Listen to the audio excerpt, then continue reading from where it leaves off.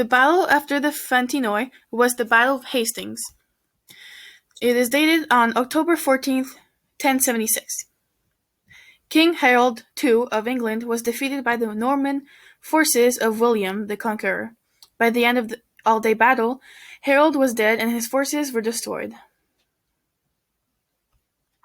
Next, the Battle of Manzikert. On the 26th of August, 1071, the Byzantine Empire and Seljuk Turkish forces led by Alp Arslan, resulting in the defeat for the Byzantine Empire and the capture of Imperial Romances for Diogenes. And lastly, on May 29th, 1176, we have the Battle of Legnano. The Italian troops of the Lombard League defeated the German armies of the Roman Empire, ending the dream of the German Empire, Frederick Barbarossa, in northern Italy.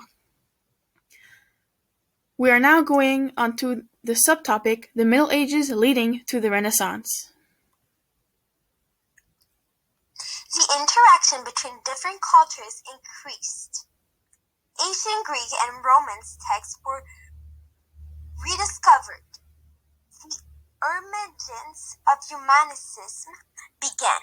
Also, different artistic and technological innovation were made. In the late 13th century, historians have pinpointed Florence as the source of the beginning of the ideas that led to the Renaissance. Now, for the popular art during that time, we have the Mona Lisa by Da Vinci, the Last Supper by Da Vinci, and the Statue of David by Michelangelo. Moreover, we have the Birth of Venice by Botticelli, and last, the Creation of Adam by, again, Michelangelo. Next, we have the Great Famine. The Great Famine is a mass starvation and a disease. It is the most catastrophic event in the Irish history. Millions of people died inside the village, and around 100,000 deaths outside of the village. Millions of people also immigrated outside of the country. The population went down by 20 to 25%, and even in some towns, 77%. Yes, and in other ways, the Great Famine killed almost an eighth of the population. This tragedy affects the people for 150 years after.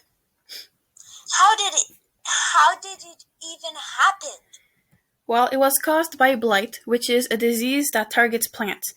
In this case, it affected all the potato fields in Europe. I assume that the percentages of people getting married got lower too, right? We're not sure about that, but the age of marriage definitely changed. The woman used to get married at the age of 21 and the man at the age of 25. But during and after the famine, it was at the age of 28 for the woman and 33 for men. I also read that the people debated between calling it a genocide or not. That's huge. For sure. I think it affects the young girls more than anyone else because they started doing some dirty work, which made the numbers of orphans higher. Now, on to the differences and the incommons between the Middle Ages and the Renaissance. To begin, the Middle Ages was a new period of events in the European history, such as the Black Plague. On the other hand, the Renaissance was a marking of intellectual and cultural movements.